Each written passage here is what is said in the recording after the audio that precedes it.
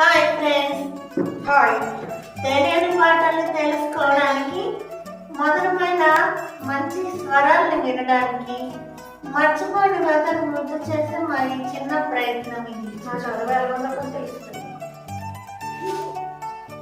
సరే, ఈరోజు గేమ్ మొదలు పెడతాము.